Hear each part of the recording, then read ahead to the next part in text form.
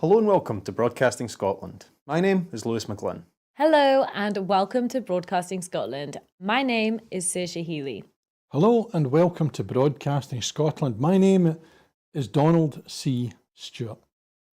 Broadcasting Scotland is Scotland's independent broadcaster, providing factual news, reporting on the issues important to the people of Scotland. We are committed to public service broadcasting, and with your support, we will produce even more programmes. Provide opportunities for young people interested in media production and broadcasting, and challenge preconceptions of what Scottish media looks like, amplifying Scotland's voice and reflecting its communities. We can already deliver high-quality live news, and we will create the highest quality programmes for you to enjoy, but we can only do that with your support. So please subscribe to and share our channel or donate to Broadcasting Scotland via the link in the description. Thank you. Thank you. Thank you.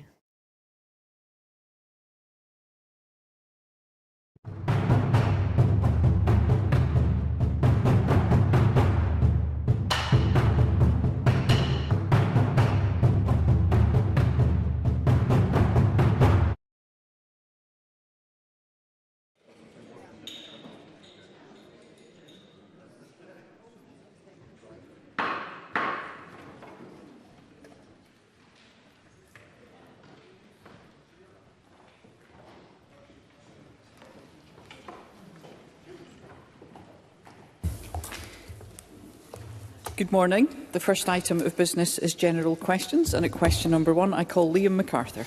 Thank you. To ask the Scottish Government whether it will provide an update on work to extend the application of Road Equivalent Tariff to Northern Isles ferry routes. Cabinet Secretary Fiona Hislop. The Scottish Government remains committed to providing affordable ferry fares for the Northern Isles, and we have reduced fares where we have been able to do so. Significant fare reductions have been introduced on routes from Aberdeen to Orkney and Shetland, including a 20% discount on cabins, a 3 years fare freeze for islanders and a freeze on all fares in 23-24. Ferry fares policy, including RET, is currently being reviewed. The draft Islands Connectivity Plan Strategic Approach paper, published for consultation on the 1st of February 2024, made a number of proposals around ferry fares policy, including RET. The online consultation concluded on the 6th of May 2024, and responses are being collated and analysed. Further detail on next steps and timescales will be confirmed in due course. Liam McArthur. The SNP introduced RET on Western Isles ferry routes in 2008. Since then, the excuses for not providing the same cheap fares on Pentland Firth routes have changed almost as often as Transport Ministers. Last year, the Transport Secretary advised me that under the UK Subsidy Control Act, the Government couldn't move forward because of potential distortions of the market. The Scotland Office subsequently confirmed that the Act allows devolved administrations and local authorities to give subsidies that are tailored to local needs. We've also seen an increase in ferry fares from April this year of 8.7%. So isn't it the case that Scottish ministers have been stringing along people in Orkney for 16 years with no intention of providing them with a fair deal on lifeline ferry routes across the Pentland Firth? Cabinet Secretary. That is not the case, and indeed a 3 years fares freeze for islanders and a freeze on all fares in 2023-24 was a significant subsidy and support for islanders at a time when the operations were increasing because of obviously increased wage costs, and as everybody would have remembered, eye-watering energy cost increases, and fares were frozen at that level for a considerable period of time. In relation to subsidy control and competition law, the Scotland Office can speak for themselves, but I would not interpret their remarks on this to be a get-out clause on subsidy control and competition matters. And as the member will well know, because he's an experienced member of this chamber, competition and law and subsidy control matters are very serious issues and can lead to legal challenge of the government and can have severe consequences. So I wouldn't take that that issue lightly, and those issues have been continuous over the period of time that he refers to. I call Rhoda Grant for a brief supplementary. Thank you, Presiding Officer. Would the Cabinet Secretary confirm that state aid rules and indeed competition law no longer is a barrier to having RET on those Northern Island routes? And would she confirm that the people of Orkney and Shetland are going to enjoy the same subsidies as people in other islands? Cabinet Secretary. So I would explain to the Minister that Brexit is still happening, and one of the consequences of Brexit is it's not a get-out-of-jail-free on state aid issues. Indeed, part of the agreements that the UK Government made continuing with the EU was that they would still continue to have competition law and subsidy control measures that would enable the equivalence of activity as was previously. So I think there's a misunderstanding by the member, and I'm happy to try and explain that in more detail at a later date if she so chooses. Thank you. Grateful for concise questions and responses. At question number 2, I call Sarah Boyack. To ask the Scottish Government when it will introduce legislation on climate targets as announced by the Net Zero Secretary in her ministerial statement on the 18th of April. Cabinet Secretary Mary McCallum. Presiding Officer, the Scottish Government's commitment to achieving net zero by 2045 is unwavering. However, we must now act on the Committee on Climate Change's long-standing position that the interim 2030 target set by Parliament on a cross-party basis is beyond what can be achieved.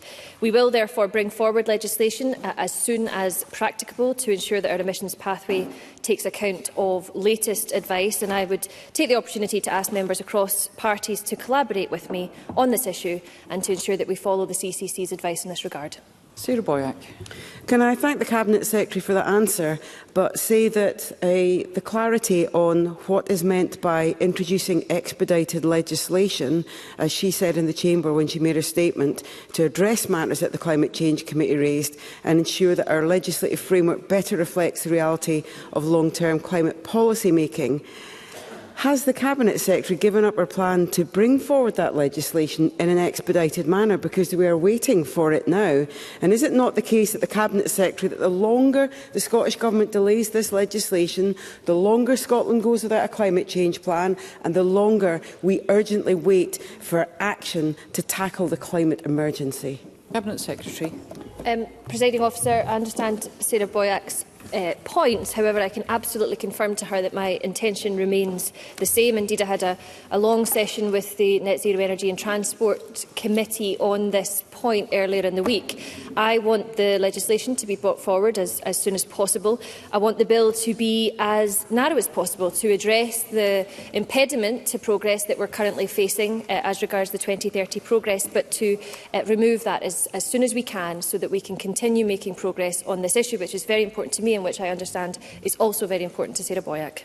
Brief supplementary, Bob Doris. Thank you, President Officer. Full delivery of Scotland's climate policies requires full funding, yet the UK Government will cut around 9%, £1.5 billion from Scotland's capital budget. Can I ask the Cabinet Secretary, given the Climate Change Committee has called for partnership working between Scotland and Westminster, has the Scottish Government had any indication from Westminster that these cuts, which undermine climate commitments, will be reversed? Cabinet Secretary.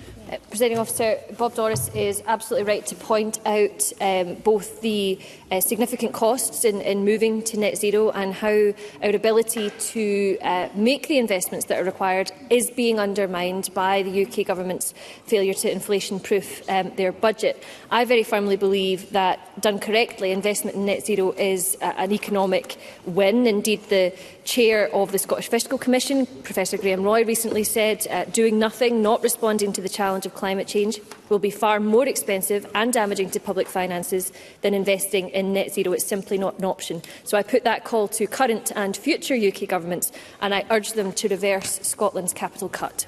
Edward Mountain. Thank you very much, Presiding Officer. The Permanent Secretary has made it quite clear that this legislation that's being talked about can be introduced, and introduced quickly.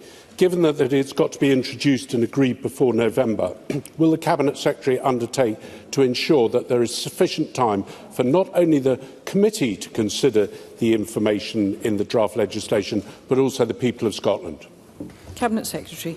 Presiding Officer, I absolutely will. I would just reiterate what I said to Sarah Boyack, that I want to see this legislation brought forward as soon as practicable, and part of that is about the capacity of our committees, and indeed the Net Zero Energy and Transport Committee, which Edward Mountain chairs. I will be sure to engage with Mr Mountain on timetabling as part of planning for that bill. Thank you. Question number 3, Karen Adam. Thank you, Presiding Officer. To ask the Scottish Government what it is doing to support BSL users across Scotland to access culture in light of the publication of Scotland's Census 2022 report on language, which found that 117,300 people can use BSL. Cabinet Secretary Kate Forbes. Apologies, Presiding Officer. Hopefully that works now. Let me start that again, thanking Karen Adam for the question. We want to ensure that everybody can access and engage with cultural opportunities, and that includes BSL users. And in the BSL National Plan, published just last year, we committed to supporting BSL users to take part in culture and the arts as participants, audience members and professionals. And one of the examples of that funding is that Creative Scotland's regularly funded organisation network includes Solar Bear, that works with deaf and hearing actors, theatre makers, artists and young people, and in addition, targeted funding has directly supported the development of a deaf leader in the artistic director role. Karen Adam. I thank the Deputy First Minister for that answer. The census revealed that BSL users now make up 2.2% of the population, almost as many as the 2.5% of the people who can use Gaelic. Both Gaelic and BSL are national languages of Scotland, and it's fantastic that Gaelic has dedicated funding streams to support artists celebrating the language and the heritage.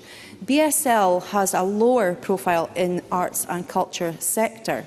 With that in mind, what more can be done to support great initiatives like the Edinburgh Deaf Festival, which I'm hoping to take my father to later this year?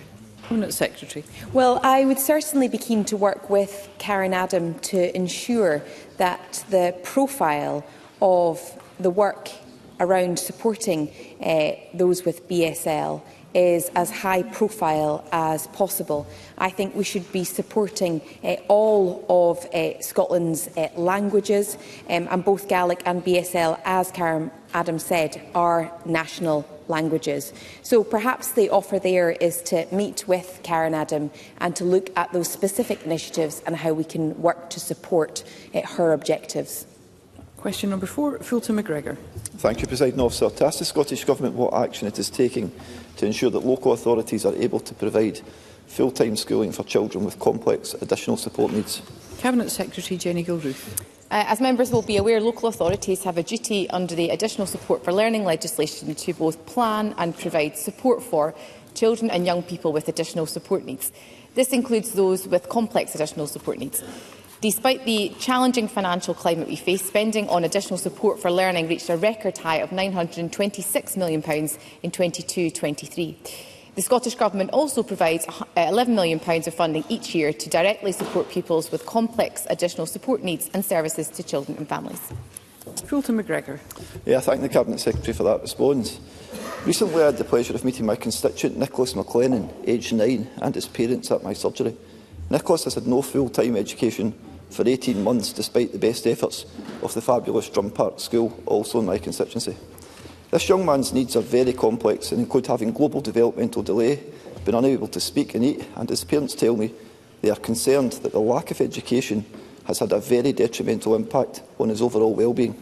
Despite representation from myself and others, the Council have knocked back a request at a specialist placement in nearby Cumbernauld, where his needs could be met on a full-time basis. Can I therefore ask the Minister what further support can be given to children like Nicholas to ensure that they receive the education that they deserve and are entitled to? Cabinet Secretary. So I thank the member for bringing his constituent's case to my attention. First of all, I'm extremely sorry to hear about his experience and those of his parents too, particularly the challenges he's had in accessing his right to education. Clearly, there might be specific healthcare considerations in this case. However, the Education Authority, as I understand it, North Lanarkshire Council, does remain responsible for ensuring the appropriate educational support is provided. To that end, I would strongly encourage Nicholas's parents to engage with North Lanarkshire Council To fully understand why this placement has been refused and what the next steps might be, the Enquire service, which is funded by the Scottish Government, can also help to provide them with further advice on this matter. The legislation on the presumption of mainstreaming has very clear exceptions to allow children and young people to learn in a special school or in specialist units if that would best meet their needs. And while school placements are of course a matter for our councils, parents do have the right to make a placing request to the school of their choice. And whilst I cannot interfere in this specific case, I would certainly welcome if Fulton MacGregor could provide further details on this particular case so that my officials can provide more detailed advice.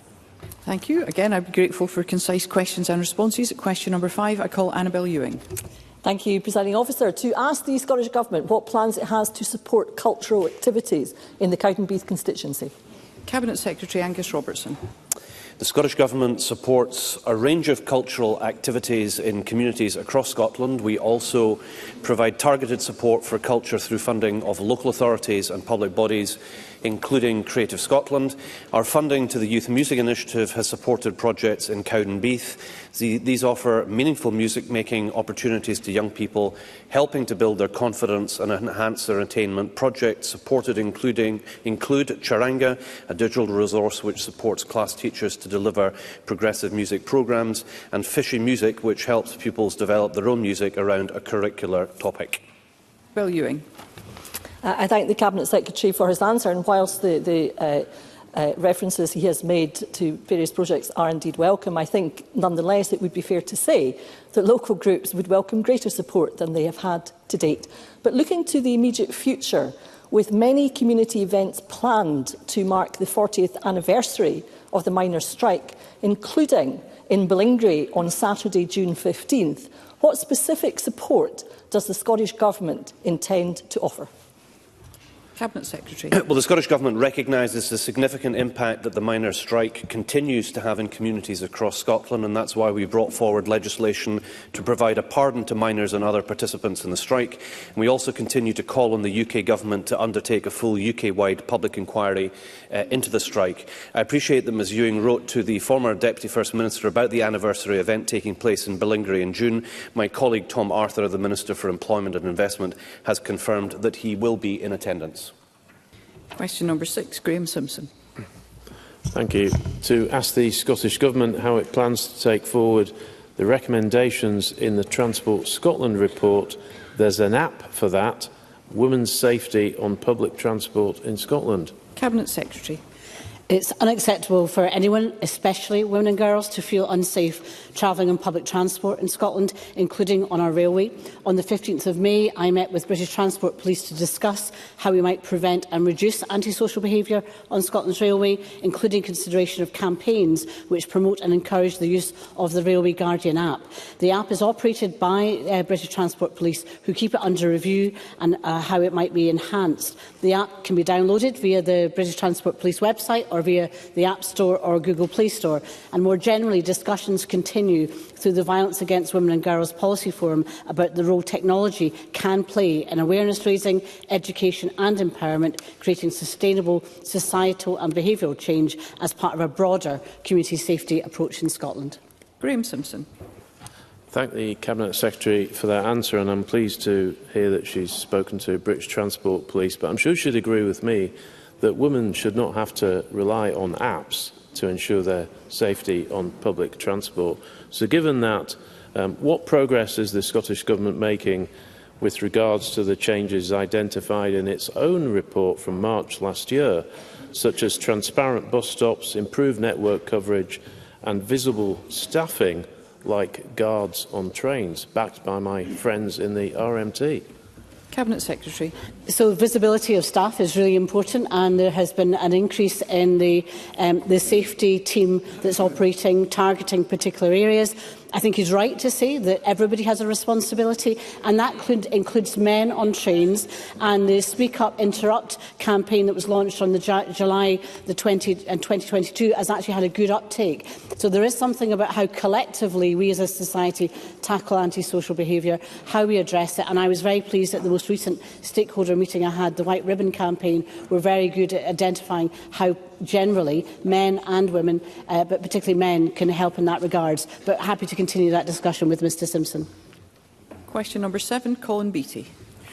To ask the Scottish Government whether it will provide an update on the progress of the Sheriff Hall roundabout project. Cabinet Secretary. Given the large number of objections received following publication of draft orders, a public local inquiry was held from the 31st of January to the 8th of February 2023. The independent reporter submitted her conclusions and recommendations to the Scottish Government in October 2023. This is under active consideration prior to advice being provided to ministers and a decision being made by Scottish ministers on whether to complete the statutory process.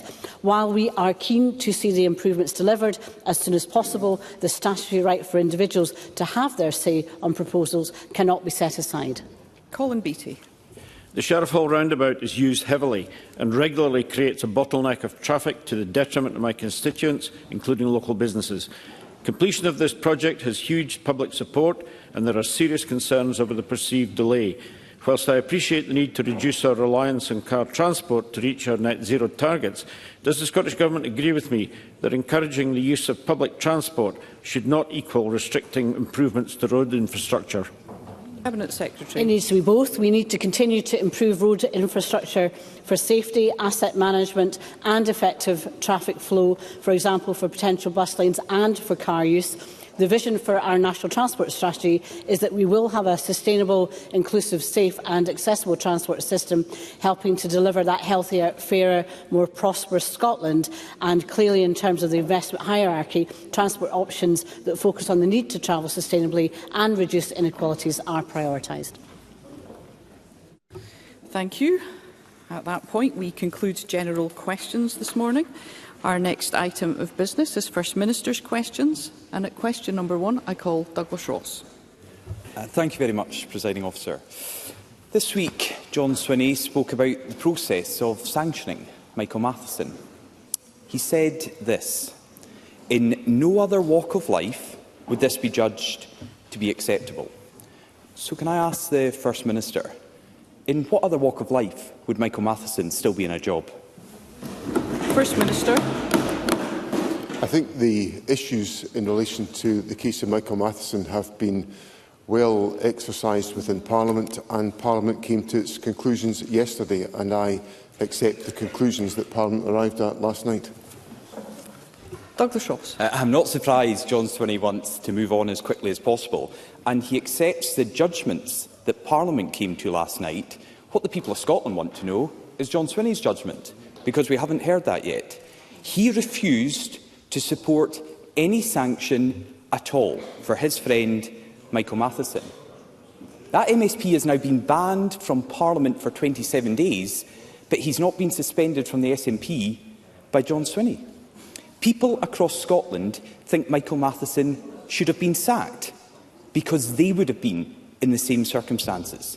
It's one role for the SNP and another for everyone else in Scotland. Not only have the SNP refused to support any sanction for Michael Matheson, incredibly, one of their SNP members of this Parliament said yesterday, "We actually need more MSPs like Michael Matheson." It's incredible, just like it's incredible that the First Minister is still defending his disgraced colleague. So given the First Minister refused to support the 27-day ban for Michael Matheson, what does John Swinney personally think would have been a suitable punishment for the disgraced former Health Secretary? First Minister. I fear that Douglas Ross hasn't been listening to my earlier answer, because I said I accepted the decision that Parliament had arrived at last night. And the reason why I did not vote for it last night is because I felt the process was tainted for the reasons that I rehearsed last week at First Minister's questions.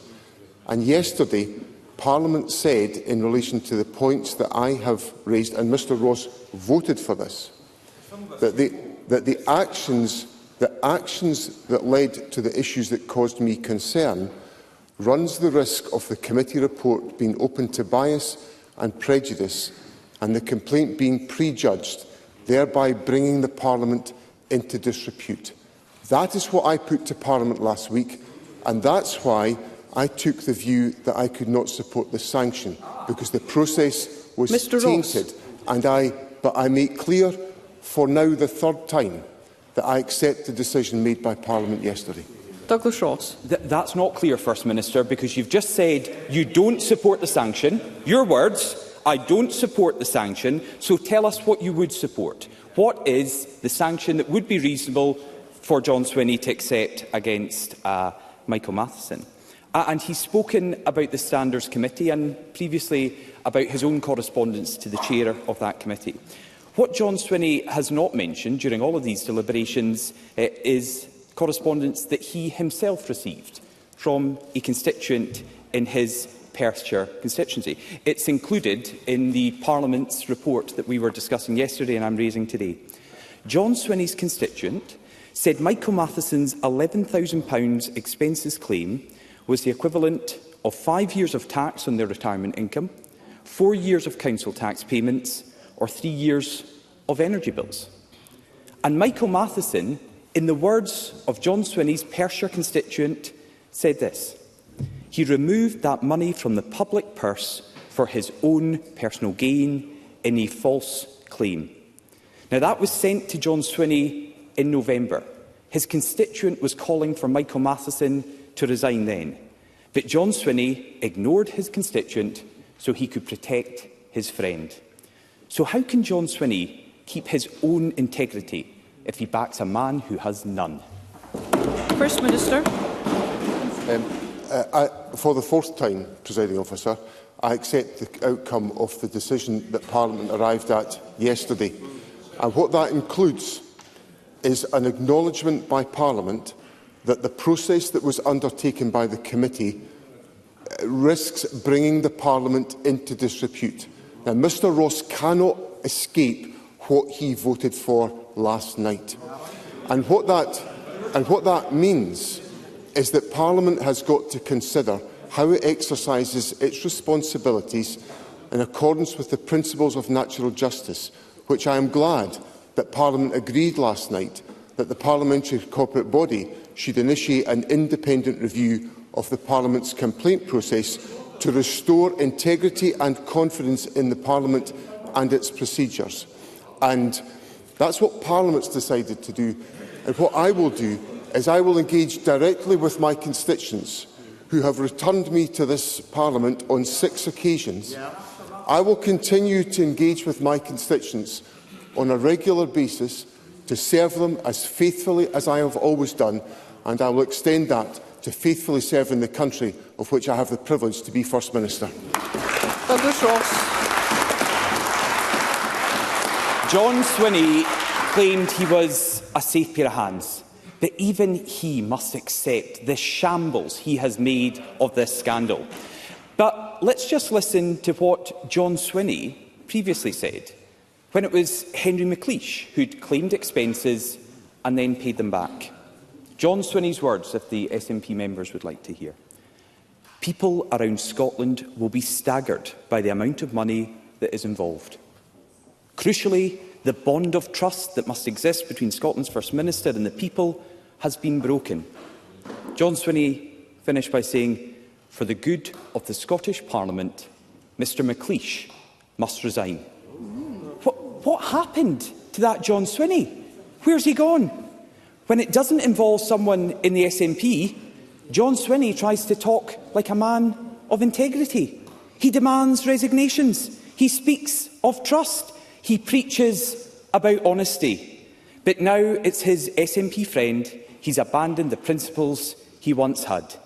So what does John Swinney's personal handling of this scandal say about his own character? First Minister. Can I remind Douglas Ross that in 2018, the Conservative group in this Parliament, I appreciate Mr Ross was not a member of the group at that time, he'd left the Scottish Parliament by that time, the Conservative group in this Parliament voted against sanctions that were applied by the Standards Committee on one of Mr Ross's members. So Mr Ross has got absolutely no credibility whatsoever to come here, has no credibility whatsoever to come here and suggest that my conduct or my actions have been in any way the First Minister here. Now, in addition to that, The issues that I went through at length last week, Presiding Officer, in answering Mr Ross, the issues I raised have now been endorsed by Parliament. First Minister, Mr Ross, you are aware that unless you've been called to speak, we should not be hearing any other member other than the member who's been called to speak. First Minister. So, Presiding Officer, the issues I raised have now been endorsed by Parliament. Mr Ross, I am going to ask you to apologise. I apologise. I was simply saying they've not been Mr answered. Mr Ross, if this occurs again, I will be extremely frustrated and disappointed. First Minister. So, Presiding Officer, the issues that I raised last week have now been endorsed by the Democratic National Parliament of Scotland, and there is a process now underway which the corporate body will lead, which will address these issues and restore, in the words of the parliamentary motion, integrity and confidence in the Parliament and its procedures, which matter deeply to me as a member of this Parliament. For the fifth time, could I indicate that I accept the conclusions of Parliament yesterday? And the last thing I'm going to say to Mr Ross is this.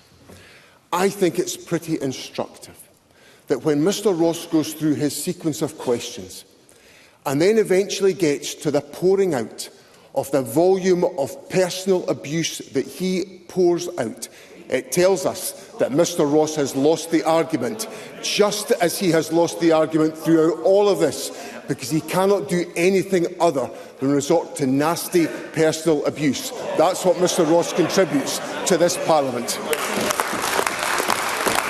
Question number 2, Anna Sarwar. Presiding Officer, yesterday this Parliament agreed to suspend former Health Secretary Michael Matheson for attempting to misuse £11,000 of public money. And rather than defending Scots and protecting the integrity of Parliament, John Swinney chose to put his party before the country.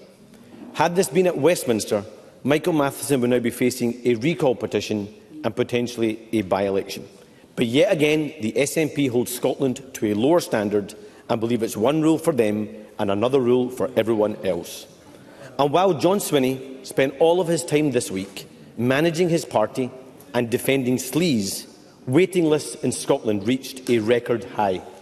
Now over 840,000 Scots are stuck on an NHS waiting list. More than 1 in 10 have been waiting more than a year. Why is John Swinney putting the SNP first, not Scotland? First Minister.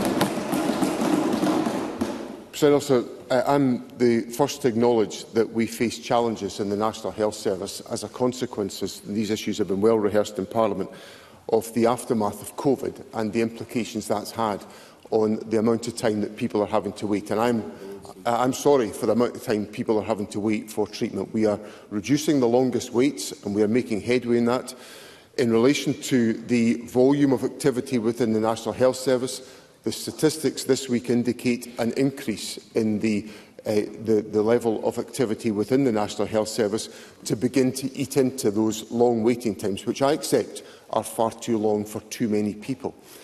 But the steps that the Government is taking through the investment of £30 million in the waiting times programme, the establishment of the National Treatment Centres, which are already making an impact in this activity and which are producing some of that welcome level of increased activity, combined with the focus in the National Health Service on tackling the longest waits, are the measures the Government is taking forward to ensure that we tackle the legitimate issue that Mr Sarwar raises with me. Anna Sarwar. Presiding Officer, waiting lists are going up in Scotland, not down, and I think John Swinney has to get his head out of the sand. Because every day John Swinney spends putting the SNP before Scotland has consequences for our NHS. Consequences for patients like Natalie from Glasgow. In 2017, Natalie had emergency surgery for a brain tumour. In 2021, she began to feel symptoms and specifically pain around her eye. She has a tumour around her optical nerve, which is causing her pain and pushing on her eye socket. In December last year, she was told she would need surgery and part of her skull would need to be removed and not replaced.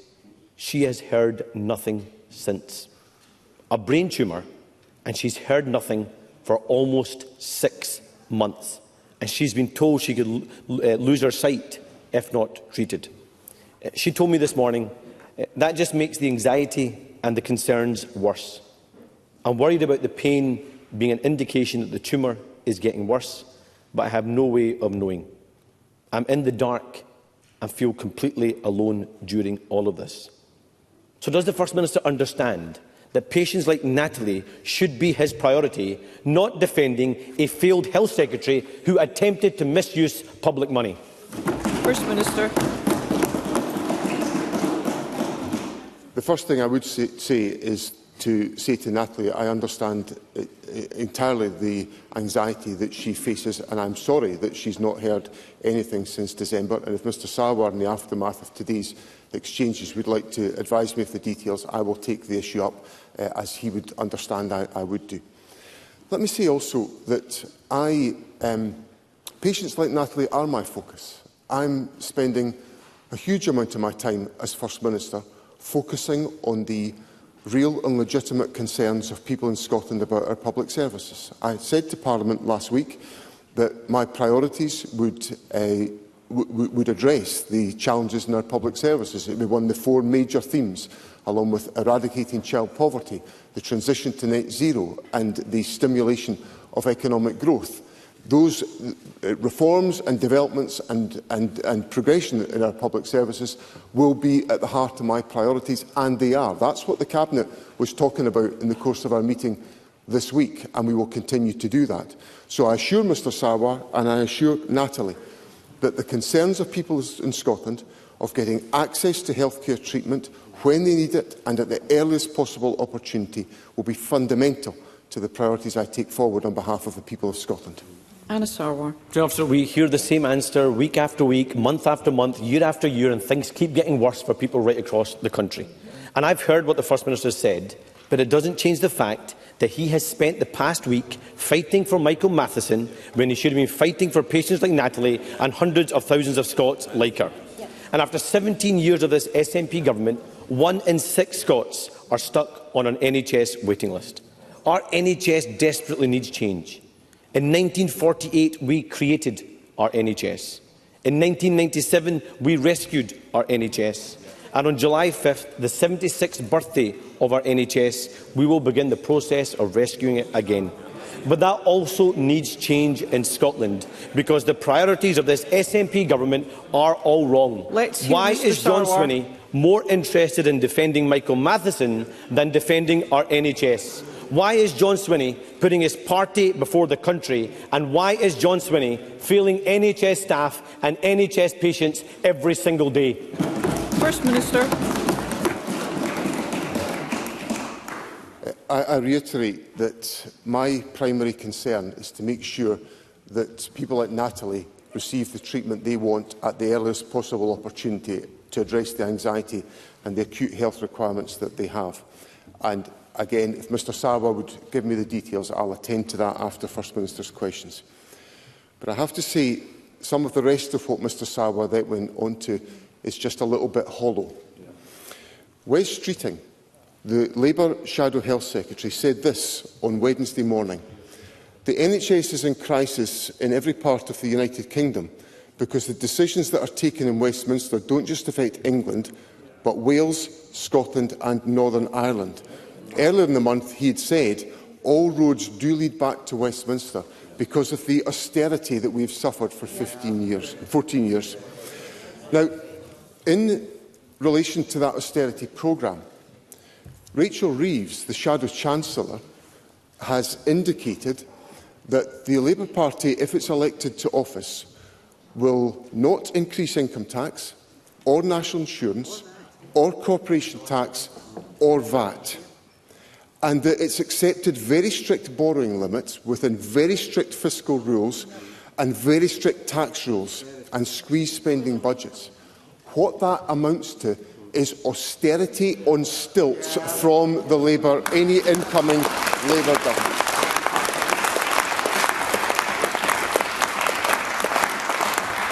And if that wasn't bad enough, Wes Streeting said yesterday that he will hold the door wide open for the private sector in the National Health Service. He will hold the door wide open.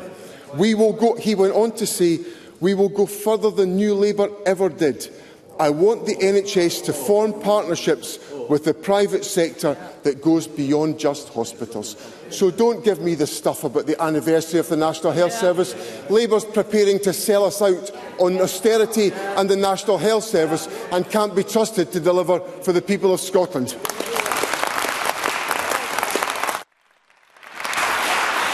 Question number 3, Patrick Harvey.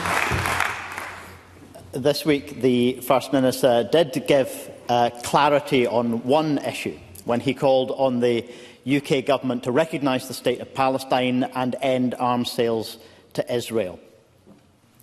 But the same clarity is needed on the Scottish Government's devolved responsibilities in relation to Israel's genocidal action against Palestine.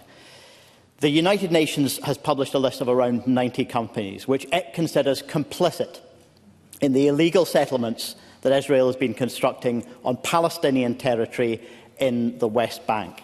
Now, back in November, my colleague Ross Greer asked the former First Minister to agree that these companies should be banned from receiving public grants and contracts here in Scotland from within the devolved government's responsibilities.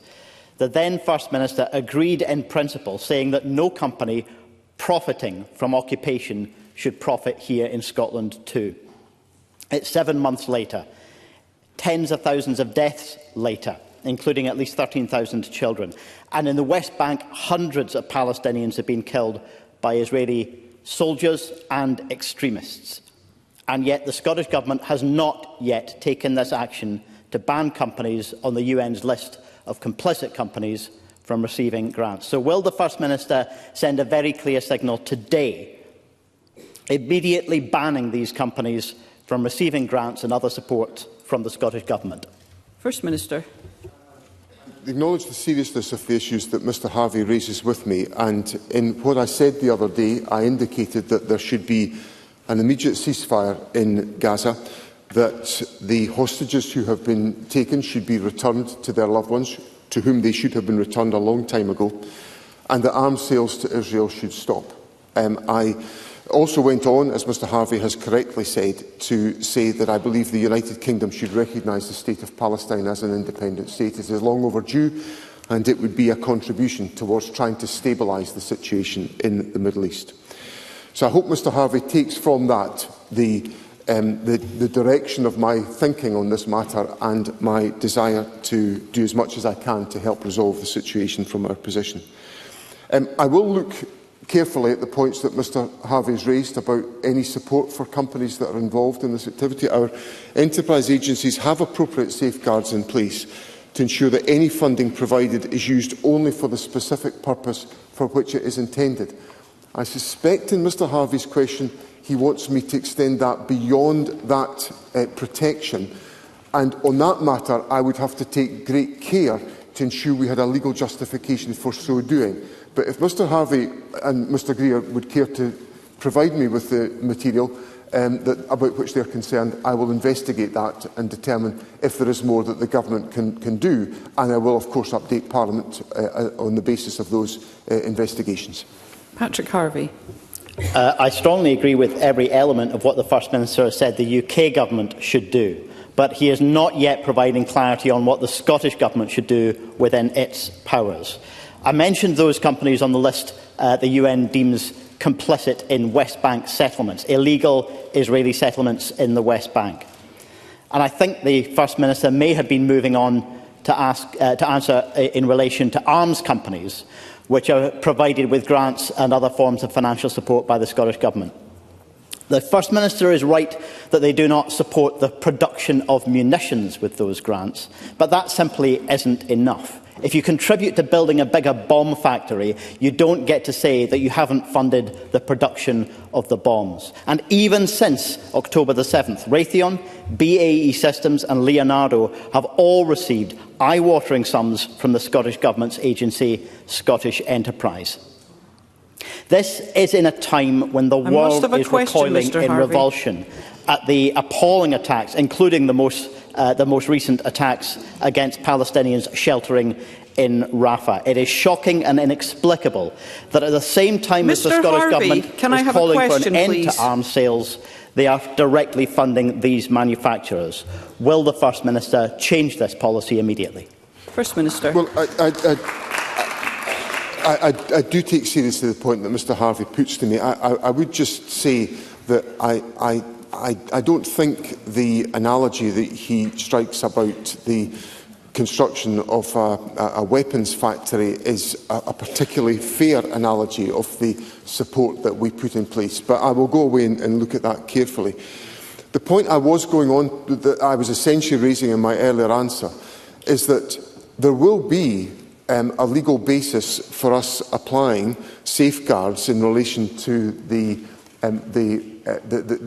issuing of grants.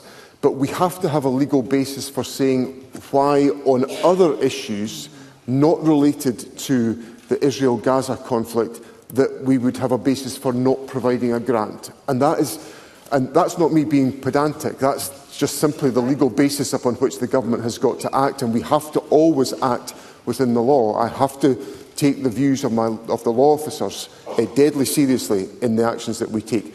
But if Mr Harvey would care to correspond with me in more detail about this, I will happily explore the issues that he raises, which I recognise are important and sensitive to people in our country. Question number 4, Claire Hawley. Thank you, Presiding Officer, and I refer members to my register of interest. I hold a bank nurse contract with Greater Glasgow and Clyde NHS. To ask the First Minister what assessment the Scottish Government has made of the potential impact on the health service in Scotland of Home Office data showing that the health and care worker visa applications are 76% lower in January to April this year compared to last year. First Minister. Presiding Officer, workers from overseas are filling vital roles supporting people who rely on them for the care they provide. This Government values people who have chosen to come to Scotland to make a positive contribution to our public services. Stopping people from bringing dependents to the UK is short-sighted and risks exacerbating shortages in the care sector. It is wrong that these changes have been driven by arbitrary decisions to reduce numbers rather than the needs of our public services and communities. It is therefore very concerning that the number of health and care worker visa applications has fallen, as Claire Hawley has recounted. Claire Hawley. I thank the First Minister for that answer. The impact which the UK Government's cruel immigration policies are having on Scotland's health and social care sector is a substantial concern. Can the First Minister confirm that the SNP, both in Holyrood and in Westminster, will ensure Scotland remains a welcoming and fair country for health and care staff to live and work, particularly from overseas? First Minister. Presiding Officer, I can give Claire Hawley that assurance. I think there are some very significant issues highlighted by the question that Claire Hawley puts to me. Mr Sawar has raised an issue about NHS waiting times completely legitimately with me today. And one of the challenges that we face in the health service is the congestion in our hospitals created by delayed discharge. One of the issues about delayed discharge is that we do not have enough people able to deliver care packages within our communities. And as Claire Hawley has indicated in her question, some of the supply of those workers is being eroded by the decisions that have been taken on immigration by the United Kingdom Government. So there's a very direct effect on our ability to deliver sustainable health services because we quite simply do not have an available workforce to enable that to be the case. And we do, as members will be familiar, have a very low level of unemployment within Scotland today. So the issue that Claire Hawley raises may be about immigration, but it has a direct effect on the delivery of public services in Scotland. And I assure Claire Hawley and Parliament the Government will do all that we can to try to address this issue to ensure that we have adequate supplies of people to deliver social care and other healthcare activities in our country. Question number 5, Russell Finlay. Thank you. To ask the First Minister what the Scottish Government's response is to reports of a National Crime Agency warning about synthetic opioids being linked to rising numbers of deaths. First Minister. Presiding Officer, the Scottish Government is working closely with Public Health Scotland as we are very concerned about the growing threat posed by synthetic opioids and in particular the increased appearance of nitazenes in the drug supply. Public Health Scotland have been issuing alerts via radar, that's the Rapid Action Drug Alerts and Response, to healthcare staff and the public to highlight the increased dangers associated with nitazines. That alert was last updated in March 2024. The Scottish Drugs Forum launched a public campaign in December 2023 to spread awareness and to reduce risk. We are working with third sector delivery partners and with directors of public health to ensure that health boards are prepared at a local level. We are meeting regularly with the United Kingdom Government and other devolved governments to ensure that we are aligned in our activities with them. So Finlay. Thank you. There have been almost 50 known deaths in Scotland linked to synthetic opioids, and it's inevitable that more will die. Just last week, there was a mass overdose in Paisley. The terrifying potency of these man-made narcotics cannot be overstated. The death and devastation that they cause nails the lazy lie that there is any safe way to consume them. So does the First Minister agree that it is entirely right that they remain categorised as Class A substances under the Misuse of Drugs Act? First Minister. I think I have quite a bit of sympathy with the depth of concern that Mr Finlay raises and expresses to Parliament, because the potency and the devastating impact of synthetic opioids is, I think, difficult to fathom. It is of such a different scale on this matter. So Mr Finlay is absolutely correct to sound the warnings that he is sounding. And that is why Public Health Scotland and in association with Radar are communicating that message. Mr Finlay will obviously appreciate that there is a combination of activity that is necessary to tackle this threat. And it's a combination of three elements. It's about awareness raising, which Mr Finlay has contributed to in his exchange, raising this issue with me at First Minister's question. There is the necessity to ensure we have the effective policing response in place to counter the supply of synthetic opioids.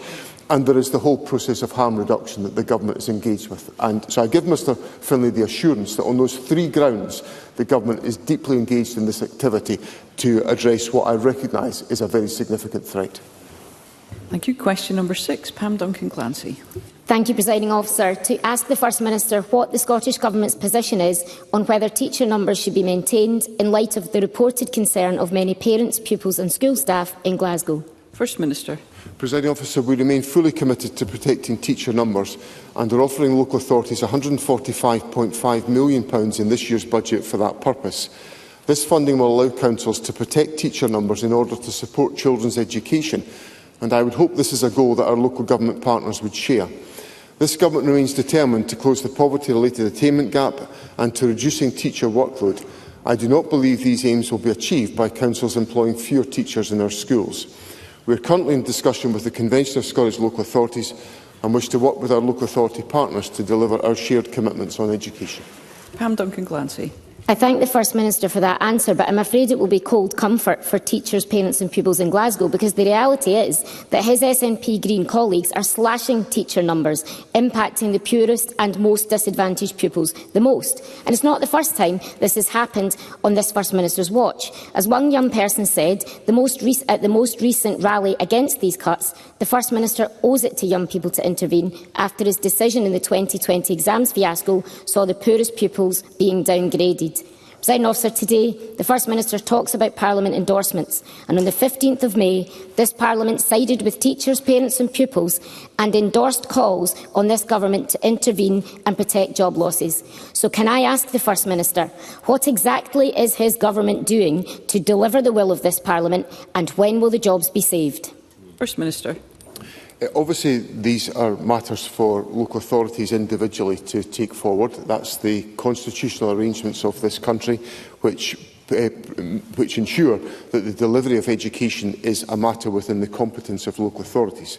The Government is, Pam Duncan-Clancy asked me what is the Government doing to help with this. Well, what the Government is doing to help with this is the Government is offering £145.5 million to local authorities to protect teacher numbers, and that's what the Government is doing.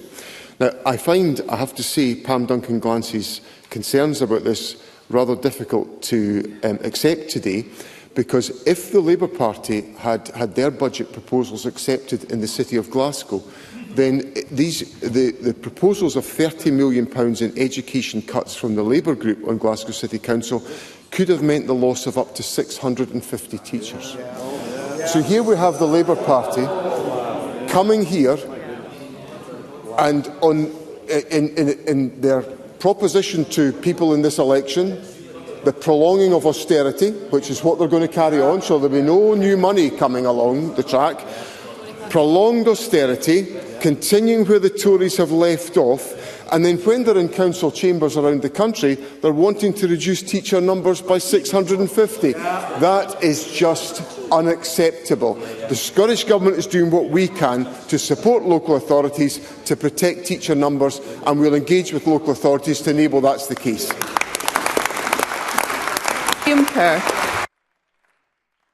Thank you, Presiding Officer. In 2021, the SNP promised not merely to maintain teacher numbers, but to deliver an additional 3,500 teachers and classroom assistants. However, the latest data shows there are 250 fewer teachers than there were when that promise was made. So could the First Minister confirm that, like the laptops, the bikes, the free meals, this is another broken promise, isn't it? First Minister. You know, when they were giving out brass necks, they gave them out in abundance over here. Since 2021, there have been two significant factors that have undermined the public finances in the United Kingdom. The first has been the rampant inflation that has eroded the value of public sector budgets. So although inflation is lower today than it was a year ago, prices are still very much higher because of the effect of over 10% double-digit inflation, the first we've had for over 40 years in the United Kingdom. And the second thing that's happened is that the cost of investing, the cost of supporting our public services has gone through the roof because of the mistakes made by Liz Truss and Kwasi Kwarteng in that ridiculous statement that was made to the House of Commons. So I have to say to Liam Kerr that it is just preposterous for the Conservatives to come here and demand me to do more, to spend more money, when the consequence of their management of the united economy has been so damaging to Scotland's interests. We move to constituency and general supplementaries, and I call David Torrance. Thank you, Presiding Officer. The SNP Scottish Government continued investment in our rail services is very welcome, bringing ScotRail into public ownership, taking action to drive down ticket prices and investing in new infrastructure. Most recently, the Leavenworth Rail Link will be a transformation for an area of many of my constituents, improving access to leisure, economic, employment and educational opportunities. Does the First Minister agree that the next UK Government must follow the Scottish Government's lead and start proper investment in the UK rail network while returning services to public hand? First Minister. Presiding Officer, I was delighted yesterday to have the opportunity with Mr Torrance and with my colleague Jenny Go-Ruth, local members, and the Transport Secretary to be present at the opening of the Leavenworth Rail Link. It's a wonderful project which has come about because of tenacious campaigning by the Leavenworth Rail Link Committee, who have garnered support on a cross-party basis for a new rail link. It will connect the communities around Leven to the rail network, opening up educational, social and economic opportunities for that community, and also opening up that community as a place to visit and as a destination on the rail network. So I think it's a superb investment.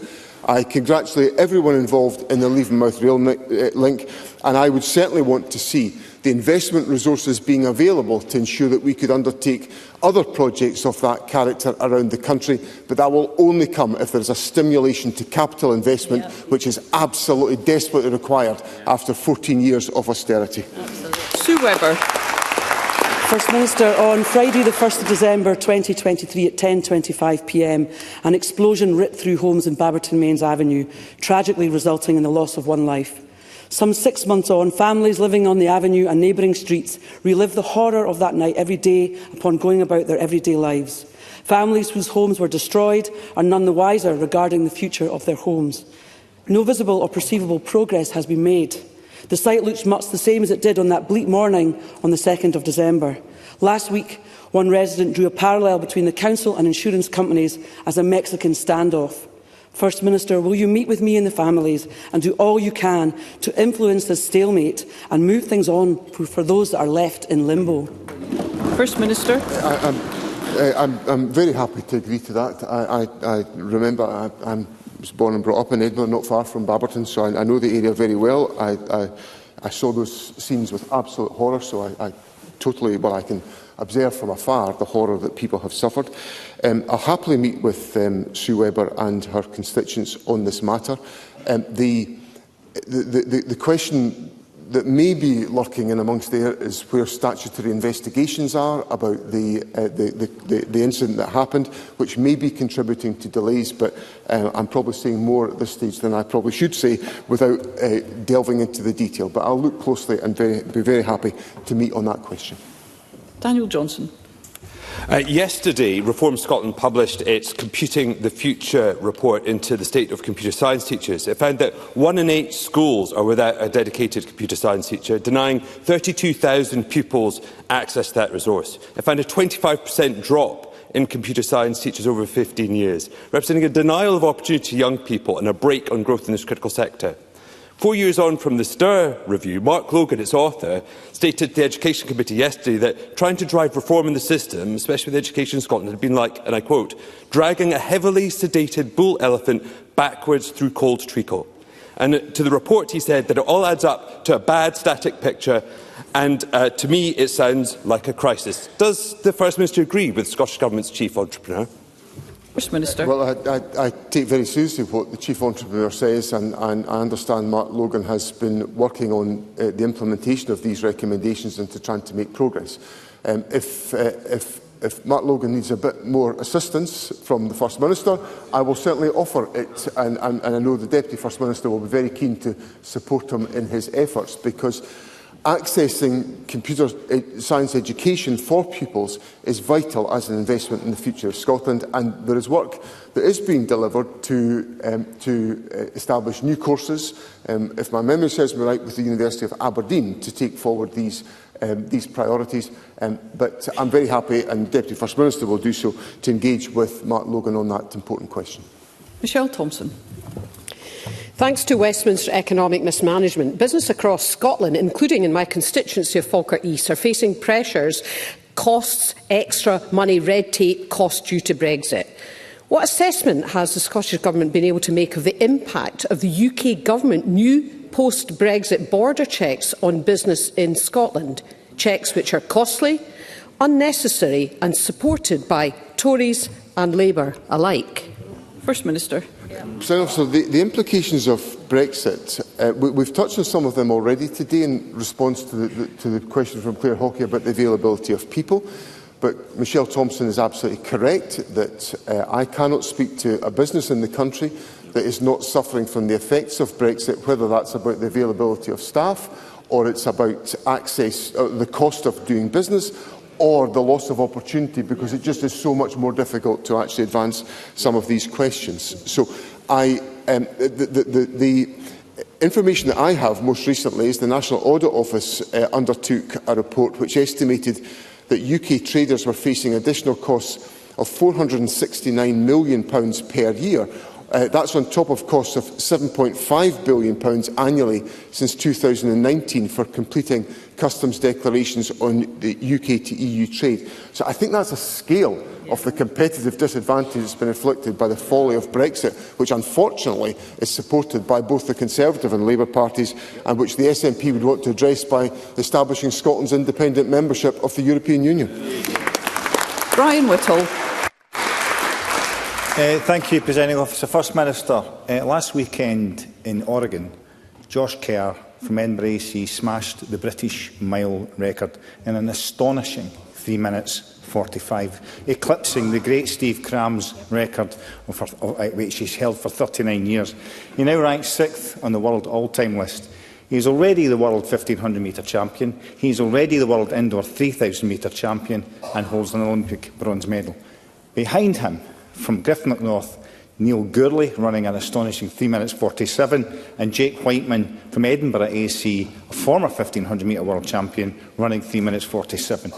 Would the First Minister agree with me that these athletes, along with their female counterparts like Laura Muir, Gemma Reekie, Elise McColgan and Erin Wallace, are an inspiration to the future sportsmen and women? And would he join with me wishing them well in the upcoming Olympics in Paris? First Minister.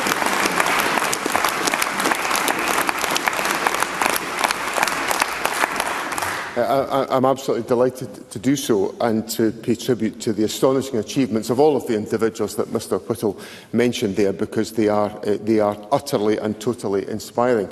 I have to say to Mr Whittle, they'll be a great deal faster than both he and I, if I may say so, and they're certainly a great deal faster than I was running through the centre of Edinburgh this morning at the ungodly hour that I was running this morning.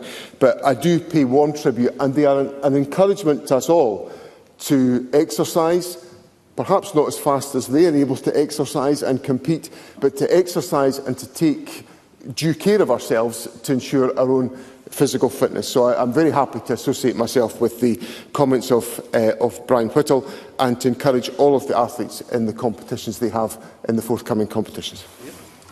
Paul Sweeney. Thank you, Presiding Officer. If the First Minister agrees that there is indeed a climate emergency, why is the Government's biggest capital project in Glasgow rebuilding a 50-year-old motorway viaduct, now estimated at a staggering cost of over £150 million, with no consultation with my constituents, while cutting the city's public transport budget to zero? First Minister. Presiding Officer, there will be essential projects that have got to be undertaken to ensure public safety and also to guarantee that we have the appropriate level of connectivity within our communities. Now, there's a debate to be had about the merits of individual projects, but the Government has got an obligation to work with local authorities in a spirit of partnership to agree the infrastructure improvements that are necessary to assure connectivity in our country. And Stuart McMillan. Thank you, Presiding Officer. Can the First Minister clarify if the guidance from the Permanent Secretary concerning the UK election on the 4th of July will result in a delaying of the small vessel replacement programme being announced? First Minister. Presiding Officer, I answered a question on Tuesday which included the guidance that's been given to me by the Permanent Secretary, which regrettably, from my perspective, means that a significant amount of the explanation of the Government's programme will have to wait until after the United Kingdom election has been concluded. We do not anticipate an announcement on the small vessel replacement programme before the end of the pre-election period, as consideration of the business case by ministers remains ongoing. But if there is any alteration to that particular view, I will share that with Parliament. Thank you. That concludes First Minister's questions. The next item of business is a members' business debate in the name of Alec Rowley, and there will now be a short suspension to allow those leaving the chamber and public gallery to do so.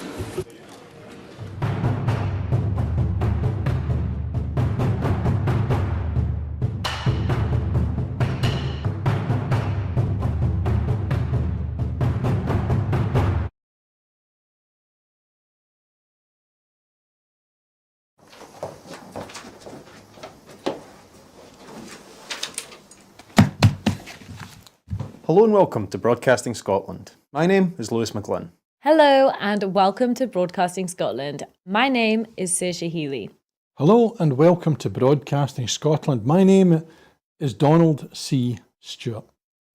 Broadcasting Scotland is Scotland's independent broadcaster, providing factual news, reporting on the issues important to the people of Scotland. We are committed to public service broadcasting, and with your support, we will produce even more programmes. Provide opportunities for young people interested in media production and broadcasting, and challenge preconceptions of what Scottish media looks like, amplifying Scotland's voice and reflecting its communities. We can already deliver high-quality live news, and we will create the highest quality programmes for you to enjoy. But we can only do that with your support. So please subscribe to and share our channel, or donate to Broadcasting Scotland via the link in the description. Thank you. Thank you. Thank you.